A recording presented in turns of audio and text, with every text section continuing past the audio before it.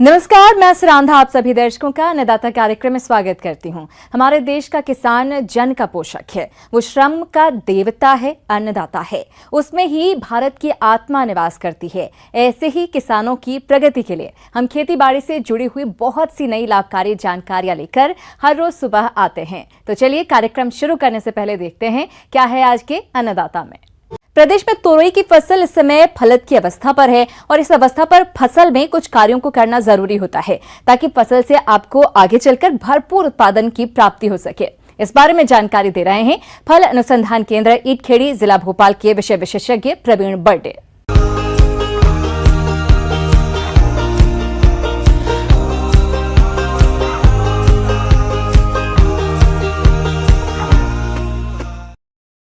आज गिल की खेती में की जाने वाली कार्यमाला के बारे में चर्चा करना चाहूँगा। किसान भाइयों, गिल की गर्मी के मौसम में उगाई जाने वाली एक बहुत ही महत्वपूर्ण फसल है। अभी गर्मी का मौसम चल रहा है तथा कई किसान भाइयों ने गिल की अपने खेत में लगा चुके होंगे और अभी फसल करीब 1 महीने या 1.5 महीने की हो चुकी होगी। तो इसमें आपको कुछ बातों का ध्यान रखना होता है, जैसे कि सिंचाई आप 5 से 6 दिन के अंतराल पे गर्मियों में करते रहे। सबसे बेस्ट तो ये होगा कि आप ड्रिप सिंचाई का प्रयोग करें। इसमें उत्पादन भी अच्छा मिलेगा तथा पानी की बचत होगी और आप इसमें फर्टिगेशन भी आसानी से कर सकते हैं। किसान भाइयों, सिंचाई के बाद में बात आती है कि आप खरपतवार नियंत्रण भी एक बहुत ही सामान्य प्रक्रिया है तथा इसे करना बहुत आवश्यक होता है। इससे क्या होता है कि जो अनवांटेड पौधे होते हैं जो आपकी फसल को नुकसान पहुंचाते हैं, इसको यदि निदाई गुड़ाई या खुरपी की सहायता से यदि निकाल दिया जाए तो उत्पादन पर प्रतिकूल प्रभाव नहीं पड़ता है। किसान भाइयों, आप इसे 2 से 3 बार में थाले के आसपास में गुड़ाई कर सकते हैं तथा इस पे अवांछनीय पौधों को निकाल दें। किसान भाइयों, तोरई की फसल से अधिक उत्पादन प्राप्त करने के लिए आप फसल में घुलनशील उर्वरक NPK 19:19:19 का 10 ग्राम प्रति लीटर पानी के हिसाब से घोल बनाकर छिड़काव करें, जिससे तोरई के गुणवत्ता युक्त अधिक फल प्राप्त होंगे। इसके अलावा फसल को नुकसान पहुंचाने वाले कीट और रोगों का नियंत्रण कैसे करें, आइए जानते हैं। इसके बाद में फिर महत्वपूर्ण पहलू आता है कीट एवं रोग। किसान भाई, इसमें प्रमुख कीटों में आते हैं जैसे फल मक्खी जब फूल की अवस्था में फूलों के ऊपर बैठती है तथा ये अंडे देती है। इसके बाद में मैगट फलों के अंदर पहुंच जाता है और इसे सड़ाने लगता है। किसान भाइयों, इसके नियंत्रण के लिए आप मेलाथियान या साइपरमेथ्रिन दवा का छिड़काव 2 ml प्रति लीटर पानी के हिसाब से कर सकते हैं। और इसके बाद में यदि आप देखते हैं कि फल मक्खी के अलावा आप लाल भ्रग, जिसे कि कद्दू का लाल बीटल भी कह सकते हैं, यह काफ़ी हानि पहुंचाता है। इसके कारण पत्तियों पर छेद बन जाते हैं तथा पत्तियां छिद्री हो जाती है। ये इसमें सिर्फ ये कीड़ा इतना हानि पहुंचाता है कि पत्तियों की जो नसें होती है वही दिखाई देती है तथा काफ़ी भाग क्लोरोफिल वगैरह खा चुका होता है। किसान भाइयों, इसके नियंत्रण के लिए आप क्लोरोपाइरिफास दवा का छिड़काव 2 ml प्रति लीटर पानी के हिसाब से यदि करते हैं तो इसका नियंत्रण हो जाता है। तुरई की फसल को पीला मोजेक विषाणु रोग द्वारा अधिक नुकसान होता है। इस रोग के कारण पौधे की नई पत्तियां छोटी रह जाती हैं, उन पर पीले धब्बे दिखाई देते हैं, पत्तियां सिकुड़ जाती हैं और फल विकृत हो जाते हैं।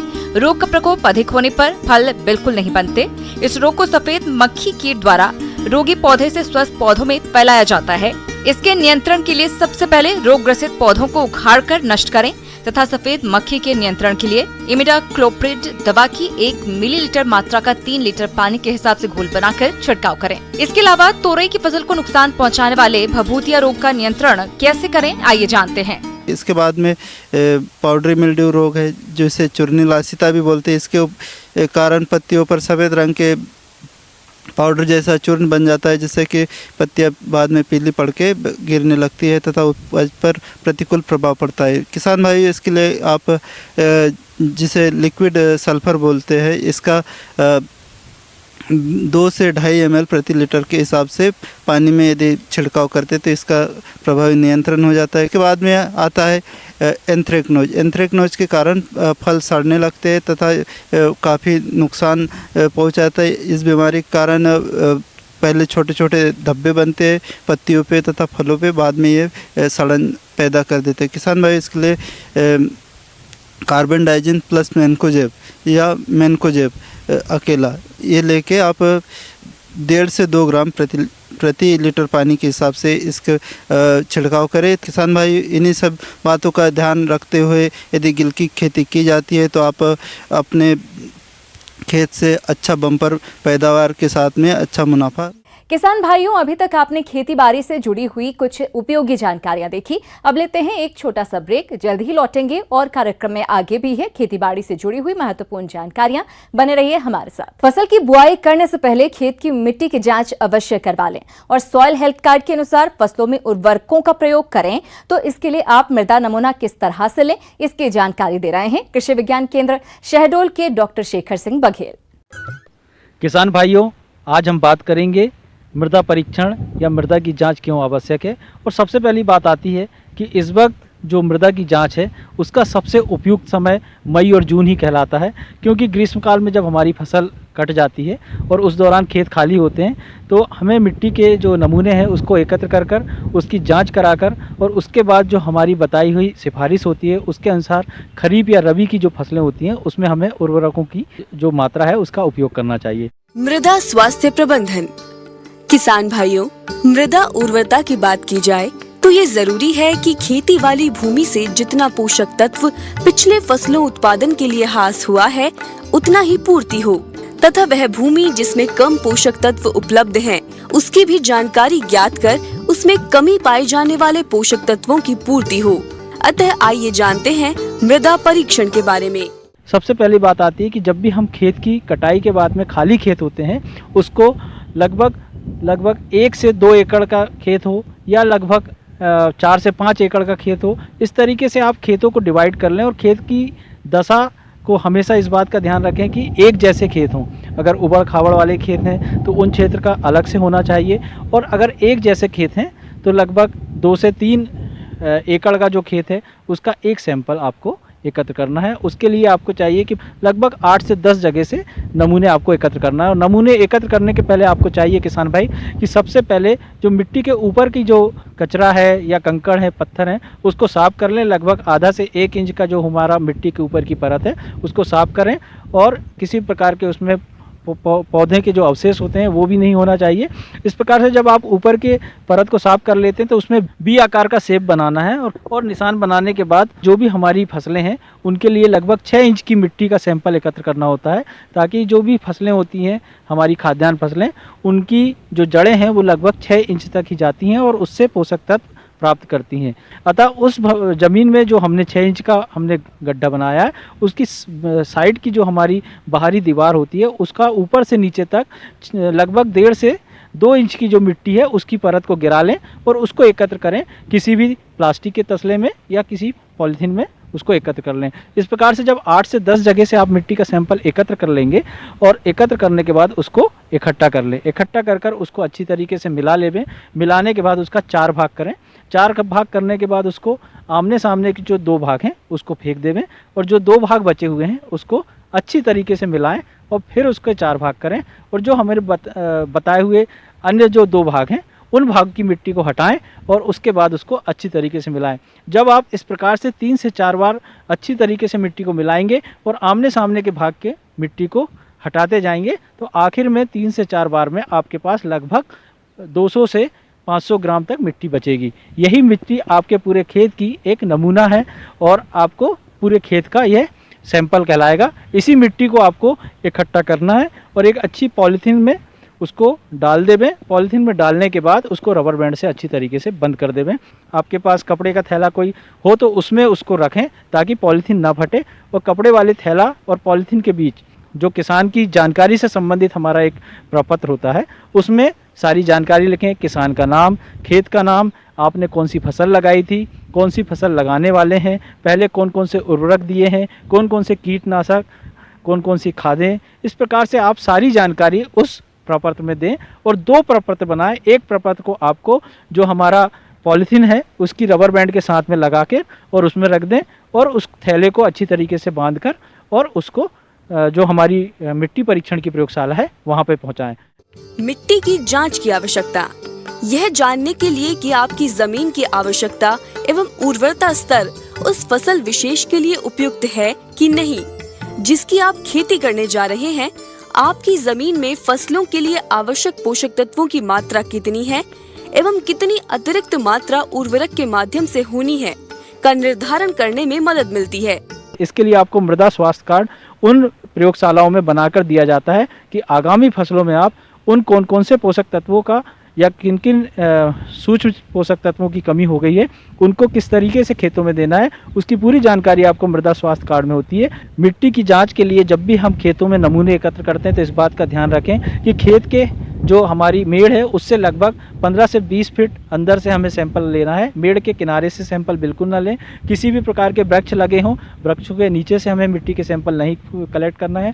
जहाँ पे हमारा बहुत ज़्यादा आना जाना या हम खाद हमारे उर्वरक या हमारा बीज रखते हैं या गोबर की खाद रखते हैं, उन स्थानों के आसपास से भी हमें किसी प्रकार के मिट्टी के नमूने नहीं लेना है। साथ ही साथ इस बात का ध्यान रखें कि खेत के आसपास जो नालियाँ बनी होती हैं या पानी की सिंचाई करने के लिए जो हम जगह बनाते हैं उनके आसपास से सैंपल बिल्कुल नहीं एकत्र करें। इस प्रकार किसान भाई मृदा जांच के लिए बताई हुई बातों का विशेष रूप से ध्यान रखें।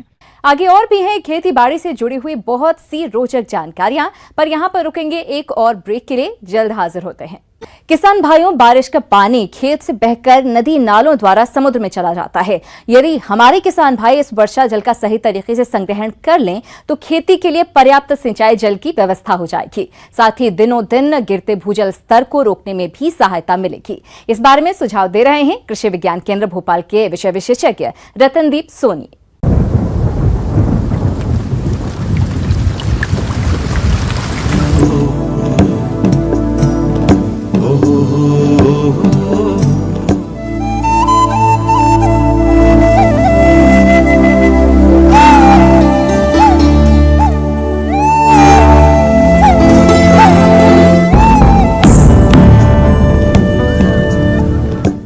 किसान भाइयों, हमारा देश कृषि प्रधान देश है और इस देश की अर्थव्यवस्था भी इसी पर टिकी है।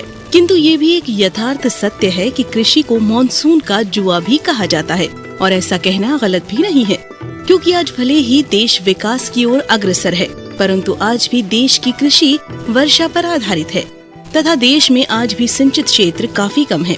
अतः कृषि क्षेत्र के विकास एवं कृषकों की आर्थिक स्थिति सुधारने हेतु ये आवश्यक हो जाता है कि हमारे देश में जितनी भी वर्षा होती है तो उसके जल को संग्रहण कर रखा जाए और इसके लिए ये आवश्यकता है कि कृषक अपने स्तर पर ही जल संग्रहण की विधियों को अपनाए।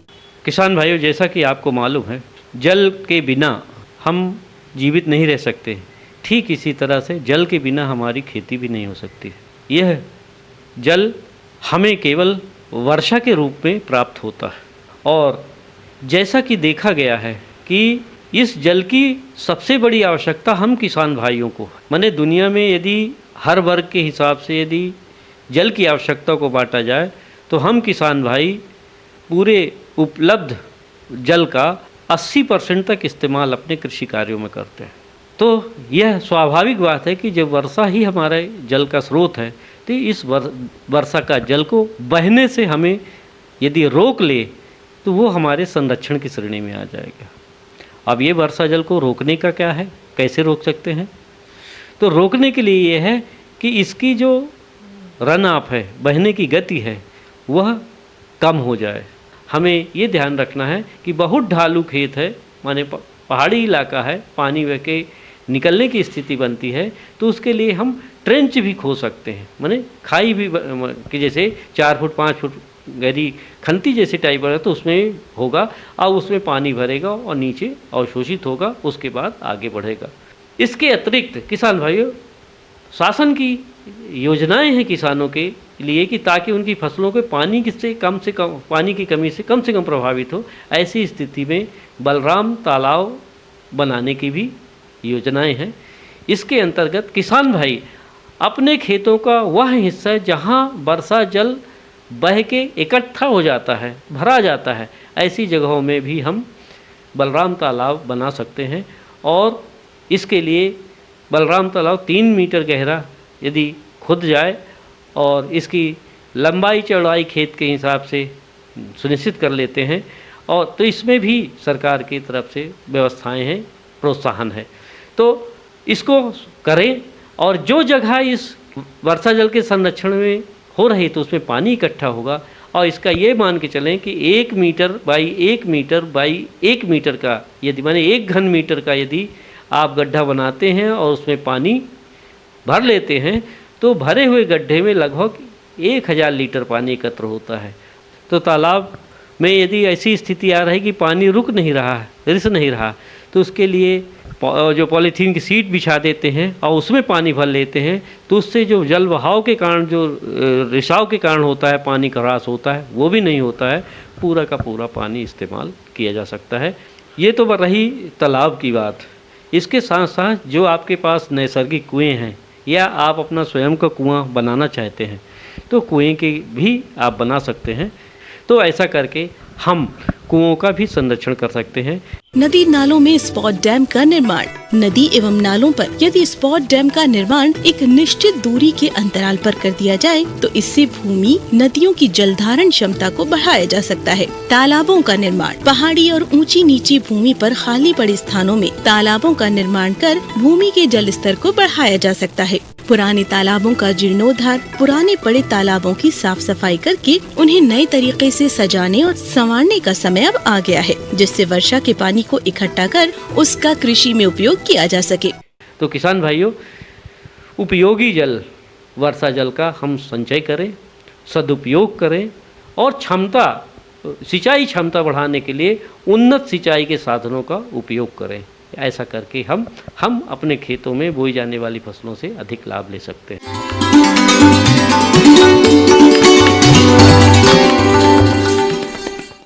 अन्नदाता हेल्पलाइन निःशुल्क फोन संपर्क सेवा के माध्यम से आपके द्वारा पूछे गए प्रश्नों में से 1 या 2 महत्वपूर्ण प्रश्नों को हम अपने कार्यक्रम में शामिल करते हैं। इसी के तहत आज का चयनित प्रश्न और उसका जवाब इस प्रकार है।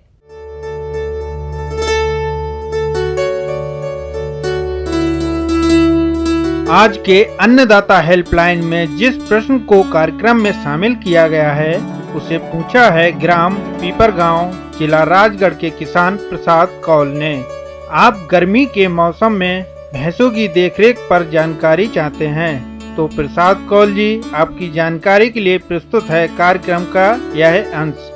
वैसे हमारे देश में सभी जगह और सभी भागों में पाई जाती हैं और इनसे जो दूध उत्पादन की क्षमता है तो सबसे ज़्यादा अभी भी लगभग 56% के आसपास में दुग्ध उत्पादन हमारे देश में भैंसों से दिया जाता है। कि सर्वप्रथम हम बात करें अगर आवास की, प्रथम आवास कैसा होना चाहिए।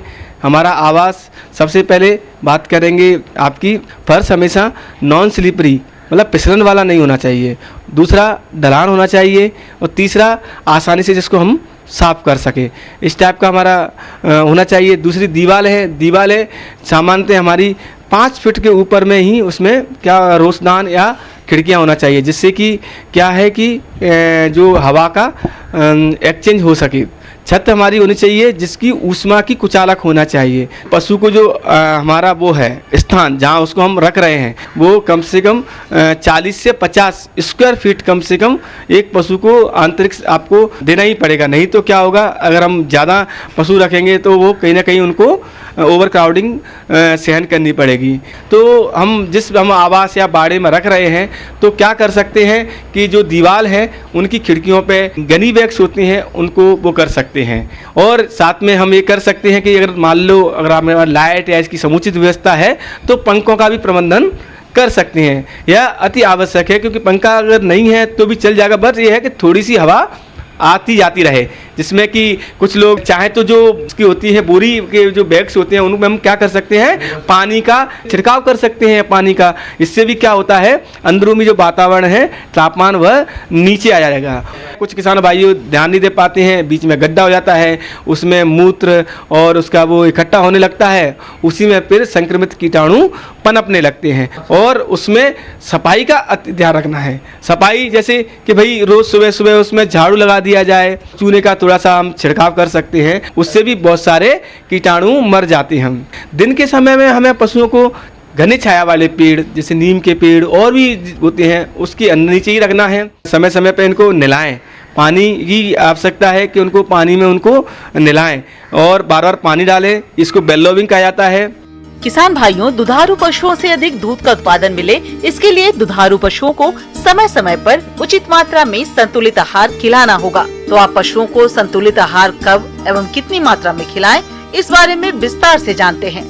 आहार हम गर्मियों में देना ही पड़ेगा। अगर कोशिश करें किसान भाई मिश्रित चारा दे, मिश्रित में जैसे दाना है, दाना क्या है देना अति आवश्यक है, जिसमें कि आपका मक्का है, खल है, चापड़ है, चुरी है, खनिज मिश्रण के लवण, ये सब अनुपात में मिले हुए होना चाहिए। दूसरा है कि भाई थोड़ा सा हम जैसे नमक है या मिनरल की जो ईंटें आजकल मार्केट में 2 से 3 किलो की ईंटें उपलब्ध हैं, वह भी हम दिन में लगा दें। अब दाना देना कितना है, इसीलिए हमने सीधा सीधा नियम बनाया है कि 2 किलो दूध पे 1 किलो दाना। साथ में अगर किसान भाई अगर संपन्न है तो 1 से 2 केजी उसके बॉडी मेंटेनेंस के लिए भी दे सकते हैं। भूसा है का उपयोग कर सकते हैं और ये भी अति आवश्यक है। कम से कम एक पशु को 10 किलो तक मिनिमम उसकी आवश्यकता है। 10 किलो भूसा तो आपको प्रतिदिन देना ही है। हाँ, वो निर्भर करता है आकार पे, 8 से 10 केजी तो आपको यह निर्भर करेगा ही।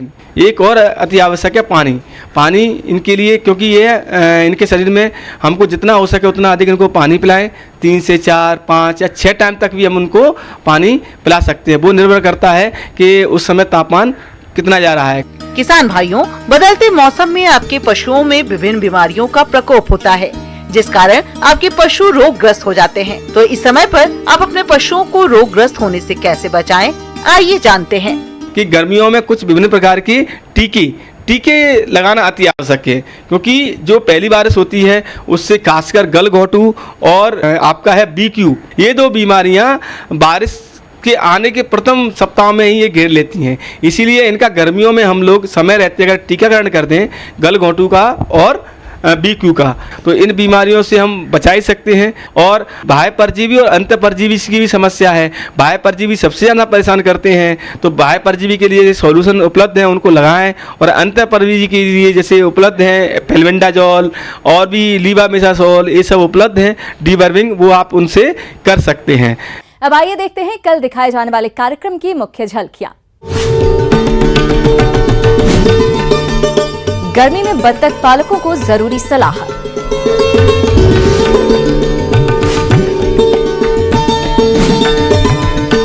आसानी से तैयार कर सकते हैं केंचुआ खाद।